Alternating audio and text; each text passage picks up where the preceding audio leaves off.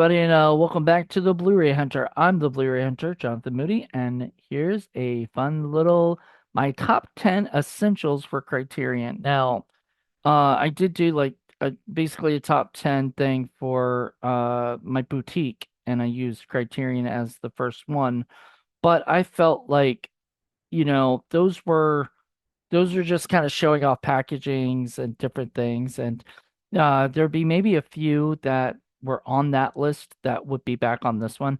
But I wanted to be a bit more thorough. So I'm going to go through the Blu-rays and then I'm going to go through the 4Ks of five Blu-rays and five 4Ks that I think are essential to people who are looking for films for Criterion Films at Barnes& and Noble or online and want to figure that stuff out. So here we go. Um, a lot of these are actually not available at my Barnes and Noble. I'd have to get them online, basically. But first off is a little film by a little filmmaker named Alfred Hitchcock. It's his first movie. It's called The Lodger. It's a silent film. It is the first, like, it's the first Hitchcockian film that there is. If you have ever kind of viewed what a Hitchcockian film is, this is the first version of that. The next one would be like 39 Steps, which also is Criterion and is also amazing. And that's more of what the modern version of it was, like the more contemporary version was from Alfred Hitchcock. But this movie, The Lodger, is incredible. If you haven't seen it, I highly, highly recommend buying it, not just seeing it, but buying it, owning it, because it is a classic and it's got so many great shots in it. The story is that this guy goes to rent a room at the same time as like basically the Jack the Ripper's happening, and so the people in England are kind of getting worried, like wondering if this guy is the Jack the Ripper guy, or if they're gonna catch the Jack the Ripper guy or whatever. So it's really, really good. I don't want to spoil the ending, but there's some really good scenes in the movie. Period. Just amazing film. So if you haven't seen it, please check it out. I'm gonna put it over here. All right. Also, another black and white. Are all these? No. Two of these are not, but three of them are. Another black and white film by Frank Capra is Arsenic and Old Lace. I had just seen this, I think, this year, and I got this at the July sale, and I had heard of it, but I had never seen it. And then I watched it, and I was like, what the heck? This was not anything of what I was expecting it to be, and I absolutely loved it. Cary Grant is amazing in it. Everybody's amazing in it. It gets really good. There's actually a commentary with uh Charles Dennis, the author of There's a Body in the Window Seat, the history of arsenic and old lace. And there's a radio adaptation from 1952 starring Boris Karloff. So Boris Karloff ended up doing a voice in the thing, and he's kind of mentioned in it. Basically, the idea is this is Cary Grant plays this drama critic named Mortimer, who I'm gonna read this. So he returns home to Brooklyn, where his adorable Dottie aunts, who both or greet him with love, sweetness, and a grisly surprise. The corpses buried in their cellar. So basically, he finds out these corpses are buried in their cellar, and he doesn't know what to do. They're, they seem to be doing what they think is the kind thing, which is uh letting these lonely men that want to date them go on to the other side. But the thing is, like, they murdered them in order for that to happen. So yes, there's murder. There's a guy who's like really kooky and wacky and fun, that keeps going charge, and it's just such a silly movie. If you haven't seen it, I highly, highly recommend it. I highly, highly recommend all of these. So just get ready to hear that a lot. Speaking of another one, I'm a highly, highly recommend Seven Samurai. Seven Samurai is the movie that Magnificent Seven became later. It's a samurai movie. It's the first movie we did on Criterion Watch. It is incredible. It is, if you haven't seen it, it is really, really good. The visuals are fantastic. The story is fantastic. One of the most thrilling movie epics of all time, Seven Samurai, tells the story of a 16th century village whose desperate inhabitants hire the eponymous warriors to protect them from invading bandits. The 3 hour ride from Akira Kurosawa, featuring legendary actors Toshiro Mifune and Takashi Shimura, seamlessly weaves philosophy and entertainment, delicate human emotions, and relentless action into rich, evocative, and unforgettable tales of courage and hope. So this is coming to 4K. I will be picking up the 4K of it and getting rid of this, I guess. I fucking love this, but I think on 4K it'll look like way better, so I will have to get that. Here's a movie that we did for Criterion Watch this past season, and it was a movie that I had never heard of until I bought it, and I'm very glad I did buy it because it is Chilly Scenes of Winter. It is incredible. It is I don't know. It's just so good. It's basically uh the main guy is John Hurd. He's the father in Home Alone, the Home Alone movies.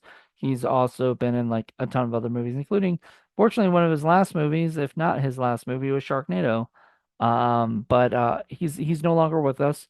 However, this was I'd never really seen him in that many movies as a lead, you know.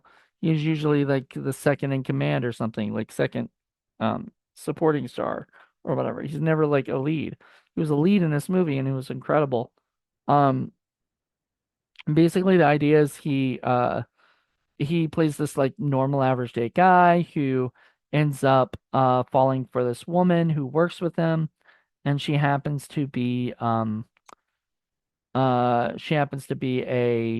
married she just happens to be married, and they have sort of like this little bit of a fling while she's sort of not with the husband, but she's having issues like should she be with him, should she not be with him, she's having all these concerns and stuff, and he's falling madly in love with her, and yet it all happens like basically during this time period of this winter, and it's kind of sad, but like it's funny. Um, there is Gloria Graham plays his mom. Uh, Kenneth McMillan plays his stepfather. Um, or maybe her boyfriend. I'm not sure which one it was necessarily. Mary Beth Hurt's in it as his love interest. Peter Reigert. Oh, he's so good in it. It was such a great film. If you haven't seen it, please go check it out. I highly, highly recommend it. Next is a movie also starring Peter Reigert. I believe he's the lead of this movie. Yep. And that is Local Hero. Paul suggested this movie to me, and I had never heard of it. And then I watched it on the Criterion channel when I used to have that before I bought it. And I thought, oh my God, this is incredible. And he had done this on Criterion Watch with Lenore, and she really liked it. And I just wanted to, I want to own it and everything, and I'm glad I do. It is very well made. It's filmed in Scotland. Most of it's filmed in Scotland, and it's the idea that he this guy comes to from, I think, was it follows this Texas oil executive Mac, who is dispatched by his crackpot boss Burt Lancaster to a remote seaside village in Scotland with orders to buy out the town and develop the region for an oil refinery. But as he mixes business with pleasure, Mac finds himself enchanted by both the picturesque community and its oddball denizens, and Texas starts to feel awfully far away, packed with a near nonstop stream of droll one-liners and deadpan gags. This enchanting cult finds Bill Forsyth, the director, surveying the idiosyncrasy. I can't even. My brain is like not working right now. Idiosyncrasies of small town life with the satirical verve of the latter day Preston Sturges, arriving at a sly commentary on conversation, corporate greed, and the legacies we leave behind. It's cute. It's really fun, and I really highly recommend it. All right, last, and these aren't in any particular order, by the way. These are also essentials. And this one is definitely an essential. If you have not got this movie in your collection, I don't know what you're doing with your life. You need to re-examine it and put The Seventh Seal in there. It is an incredible film, very well directed, very well made, very well written, just everything well, all around well. Just go watch this movie. It's basically returning exhausted from the Crusades to find medieval Sweden gripped by the plague, a knight, played by Max von Sydow, suddenly comes face to face with the hooded figure of death and challenges him to a game of chess. That happens. As the fateful game progresses and the knight and his squire encounter a gallery of outcasts from a society in despair, Igmar Bergman mounts a profound inquiry into the nature of faith and the torment of mortality. One of the most influential films at its time. The Seventh Seal is a stunning allegory of man's search for meaning in a work of stark visual poetry. Um, just incredible, just incredible. Just well done, well made, just incredible. Highly recommend it. I'm gonna say that for everything then. So next is a movie that you guys might have heard of. I know I had heard of before I watched it, and then I rewatched it years later, and when I bought it, and actually Paul bought it for me for Christmas last year, and that was Mean Streets. Mean Streets had come out last year, and I was really excited for it, and couldn't wait to have it. I got the 4K edition, and it's got a lot of stuff, including like I think there is I think there's commentary in this if I'm correct. Um actually I guess selected scene commentary. Which I don't always I'm not really a big fan of selected scene commentary. It's kind of my least favorite kind of odd commentary track because it's just not, you don't get everything, but I'll take that than nothing, I guess. And it's got a bunch of other stuff on it, but it's basically Martin Scorsese's first film. It's about Little Italy and the in New York, 1970s New York. Um uh, Basically it was set in the insular Little Italy neighborhood of Scorsese's youth. Mean Streets follows a guilt-ridden small-time ringleader Charlie, played by Harvey Keitel, as he deals with the debts owed by his dangerously volatile best pal Johnny Boy, played by Robert De Niro, and pressure from his headstrong girlfriend Teresa, played by Amy Robinson, produced Chili Scenes of Winter. Um, as their intertwined lives, good God, hold on. Intertwined lives spiral out of control. Scorsese showcases his precocious mastery of film style, evident in everything from his propulsive editing rhythms to the lovingly curated soundtrack to create an electrifying vision of sin and redemption. That's probably one of my favorite Martin Scorsese movies, up there with like Goodfellas and Cape Fear, maybe a bunch of other stuff. Next is a movie I saw last year too, I think. I did a review of it, and it is Mildred Pierce. Mildred Pierce is incredible. It is, if you haven't seen it, it's just glorious. It's beautiful. It's everything I could possibly want of a movie. So I really love this movie. It is a film noir movie that involves it's a melodrama, cast noir shadows in this portrait of maternal sacrifices from Hollywood master Michael Curtiz. Michael Curtiz or Curtiz, I guess. I'm so I'm gonna say his name. He's the guy who did I believe he's the guy that did Casablanca. Joan Crawford's iconic performance as Mildred, a single mother hell-bent on freeing her child from the stigma of economic hardship, solidified Crawford's career comeback. Yeah, there was this incredible scene stuff with Mildred, the Joan Crawford character, and her daughter, where she had to take a job being a waitress, a server, and she took the server job, and her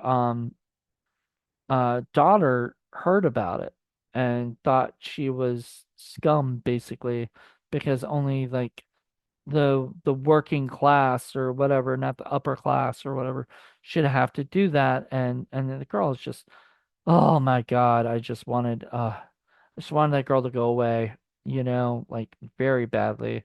I did not like her, and I was like, Mildred, I know you gave birth to this girl, but she is not worth all of this stuff that you're doing and everything. And I felt so bad for Mildred. Um, there's a murder that happens, and who did it, and it's kind of a mystery at one point, but it's just really well done. If you haven't seen it, please go check it out. I highly, highly, highly recommend that one. All right, a movie I've loved ever since I was a kid. Oh, so much is this movie, Princess Bride. And look, I always talk about that. It's in a digibook and it looks like a book. It is incredible. In this movie, basically I can sum up this movie without even looking at the back because there's no stuff on the back. It just says as you wish.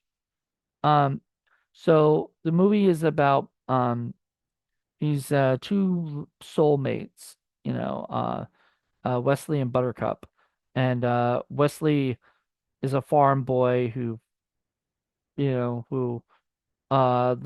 to go be on a ship, and then his ship is attacked by pirates, and he's presumed dead. So she goes to, she has to move on, and she goes to be with this guy, Prince Humperdinck, because she thinks she's going to be taken care of and everything, but she doesn't love him, she doesn't care for him, and Wesley comes back into her life to basically take care of her and everything. If you haven't seen it, it's great.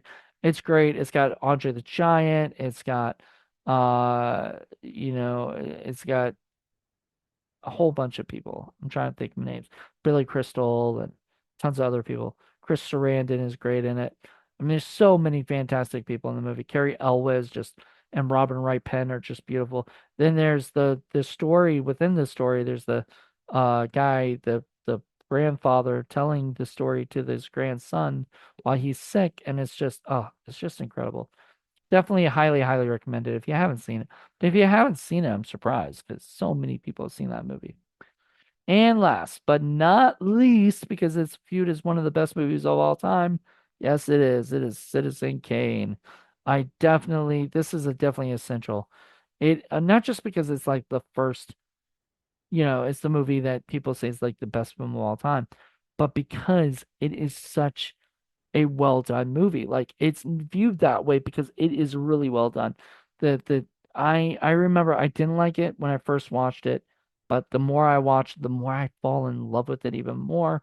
The more I start noticing things that I never noticed before. It is just an incredible movie. Orson Welles, this is one of his first ones, and if you want to know why everybody keeps saying Rosebud, watch this movie, you'll find out. I mean, by the end of the movie, you'll know why he says Rosebud. But you won't know unless you cheat and find out online. But hopefully you don't do that. Hopefully you go watch Citizen Kane because even if I mean if you're a cinephile, you've already seen this.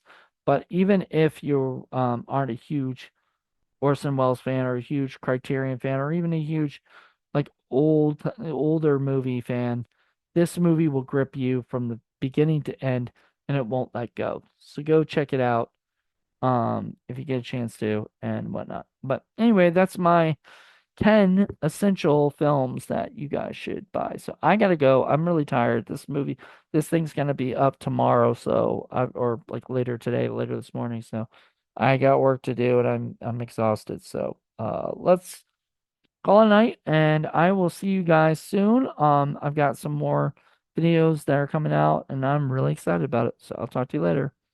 Bye.